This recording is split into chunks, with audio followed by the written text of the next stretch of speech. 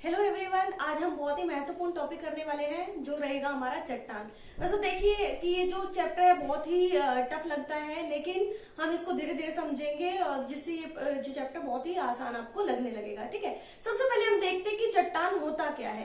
पृथ्वी पर पाए जाने वाले जो सभी पदार्थ है उनको हम चट्टान में काउंट करते हैं। जो चट्टान है वो आपकी कोमल भी हो सकती है, कठोर भी हो सकती है। हम ये नहीं कह सकते कि कठोर कठोर जो होती है वो चट्टान होती है, आपकी कोमल जो क्रस्ट है वो चट्टान नहीं आती है। तो जो चट्टान है वो कठोर भी हो सकती है और कोमल भी हो सकती है। अगर हम कठोर चट्टानों का एग्जाम्पल देखें तो ग्रेनाइट कैसी चट्टान है? कठोर चट्टान है। ठीक है, अगर हम देखें कि खरिया मिट्टी, बालू, ये भी तो आपकी चट्टान है। ये कैसी चट्टाने हैं? कोमल चट्टाने हैं। ठीक है, अब जो चट्टान है वो पानी के लिए प्रवेश्य भी हो सकती है और अप्रवेश्य भी हो सकती है। अब देखिए कि ग्रेनाइट जो है बहुत ही कठोर होता है, इसमें जो जल है जल प्रवेश्य नहीं होता है। जबकि जो चूना पत्थर है, खरिया मिट्टी है, इनमें क्या है? जल आसानी से जा सकता है। ठीक है, जल के लिए प्रवेश्य कही जाती है। अब जो चट्टान है, जो पृथ्वी का क्रस्ट है, पृथ्वी के क्रस्ट में बहुत से पदार्थों की अधिकता है। जो पृथ्वी का 98% जो भाग है, जो पृथ्वी का 98% भाग है वो 8 तत्वों से मिलकर बना है। ठीक है, जो 8 तत्वों से मिलकर बना है पृथ्वी का क्रस्ट है।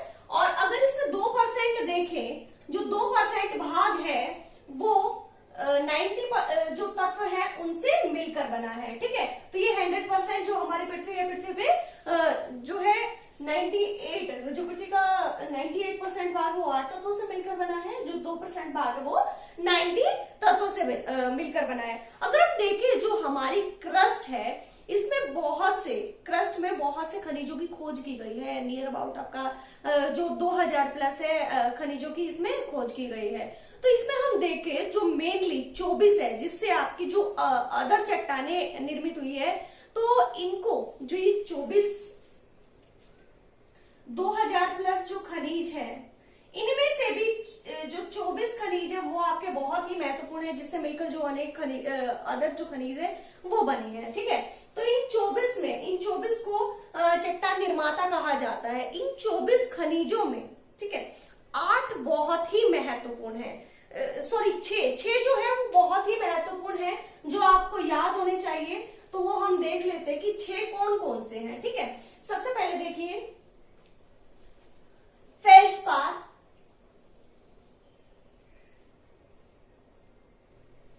नंबर 2 क्वार्ट्ज,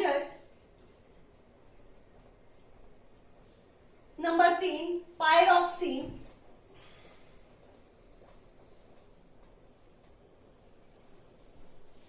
नंबर 4 एम्फीबॉल्स,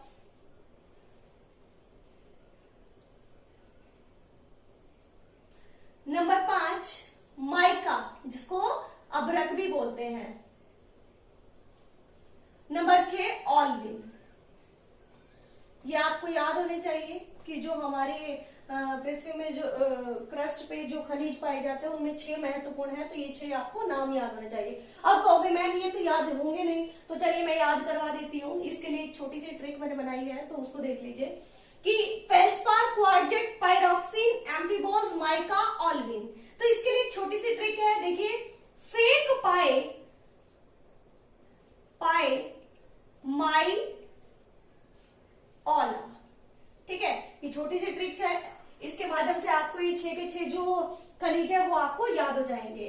फे से फेल्सपार, के से क्वार्ट्ज, जिसे आपका सप्तिक भी बोलते हैं। ठीक है, पा से पायरोक्सीन, ए से एम्फीबॉल्स, एंड जो माई है, माई से आपका सीधा माइका आ जाएगा, जिसको अभ्रक भी बोलते हैं। ठीक है, ओला से आ जाएगा ऑल्विन।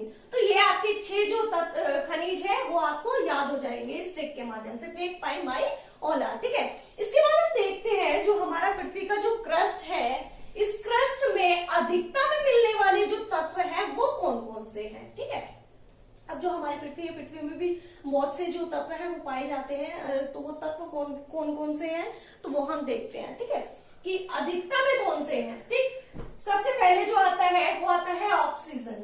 ऑक्सीजन जो है हमारी जो क्रस्ट है, क्रस्ट में पाया जाता है सबसे अधिक, सर्वाधिक मात्रा में पाया जाता है। कौन सा?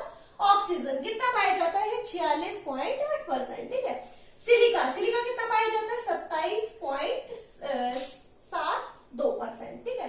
इसके बाद आता है एल्यूमिनियम कितना पाया जाता है 8.13%, लोहा 5%, कैल्शियम 3.63%, सोडियम 2.63%।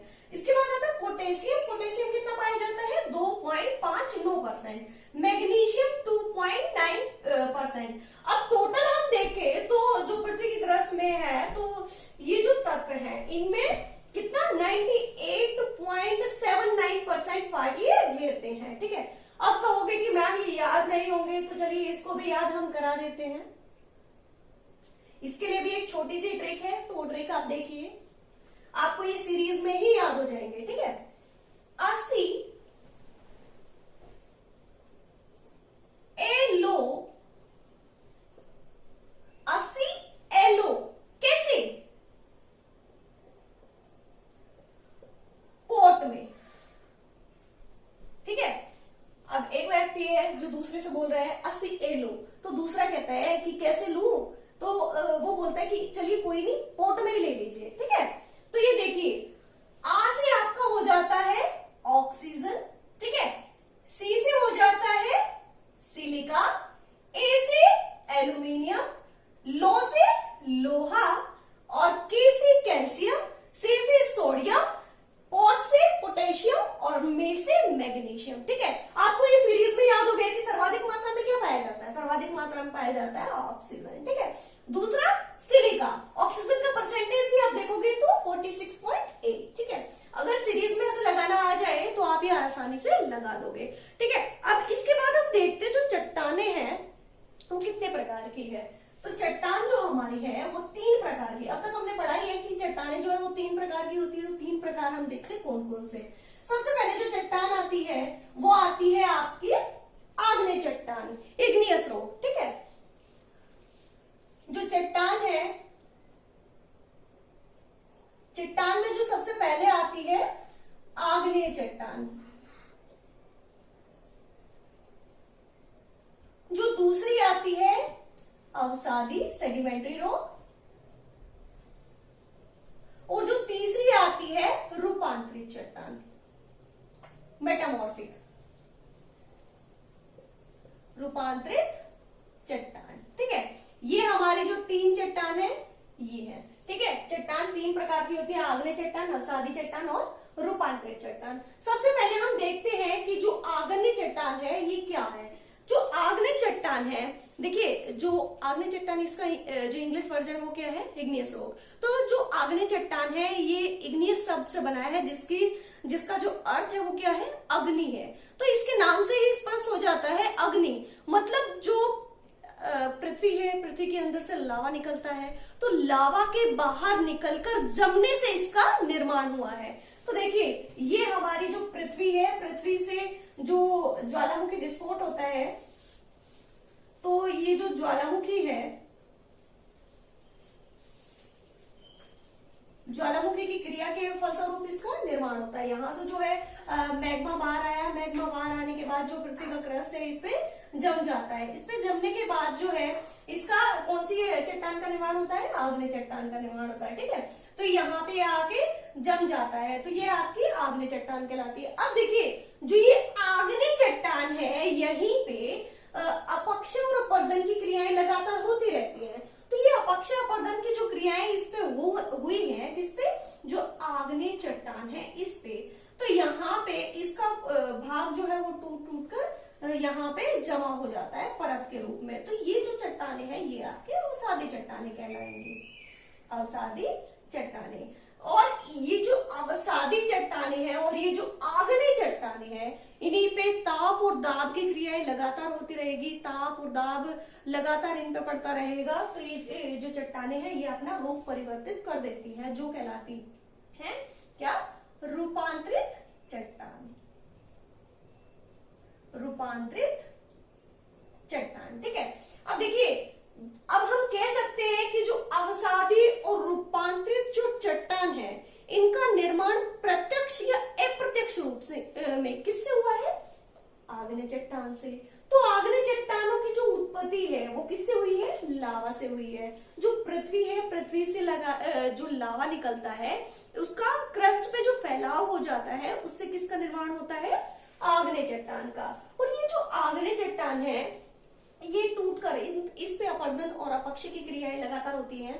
तो यहाँ पर रासायनिक अपक्षय यहाँ नहीं होता है क्योंकि ये जो चट्टान है, आग्नेय चट्टान काफी कठोर होती है। तो यहाँ पे यांत्रिक जो अपक्षय होता है, तो यांत्रिक और भौतिक अपक्षय इसके फलस्वरूप क्या है कि टूट जाती है और अवसादी चट्टानों का निर्माण करती है। और लगातार आग्नेय और अवसादी चट्टानों पे दाब और ताप की क्रियाएं जो है प्रेशर डालती रहती है, दाब बनता रहता है, तो उसके बाद ये रूप परिवर्तित कर लेती है जो रूपांतरित चट्टान कही जाती है। ठीक है, अब ये जो आग्नेय चट्टान है जरूरी नहीं कि जो पृथ्वी का क्रस्ट है क्रस्ट के ऊपर आकर ही जमा हो, ये जो है पृथ्वी के आंतरिक भाग में भी जमा हो सकती है। ठीक है, अब जो आग्नेय चट्टान है इन चट्टानों की भी कुछ विशेषताएं होती है, वो हम देखेंगे। ठीक है, तो सबसे पहले जो हमारा हम करेंगे आग्नेय चट्टान, जो अवसादी चट्टान है, रूपांतरित चट्टान है, इसको बाद में देखेंगे। ठीक है, तो सबसे पहले हम देखते हैं जो आग्नेय चट्टान है, आग्नेय चट्टानों की जो विशेषताएं हैं वो कौन कौन सी है। सबसे पहले देखिए जो आग्नेय चट्टाने हैं, ये जो आग्नेय चट्टाने इनको प्राथमिक चट्टान भी कहा जाता है।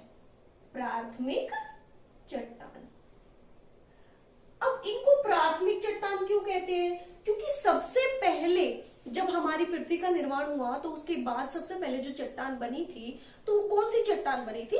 आग्नेय चट्टान बनी थी, इसीलिए इसको क्या बोलते हैं? प्राथमिक चट्टान। और जो आग्नेय चट्टान है इसी के प्रत्यक्ष या अप्रत्यक्ष रूप से अवसादी और रूपांतरित चट्टान का ये निर्माण करती है। ठीक है, इसीलिए इसको बोलते हैं प्राथमिक चट्टान। ठीक है, अब देखिए जो आग्नेय चट्टान है इसमें रवे पाए जाते हैं। ठीक है, रवे कैसे पाए जाते हैं वो देखिए, रवे पाए जाते हैं।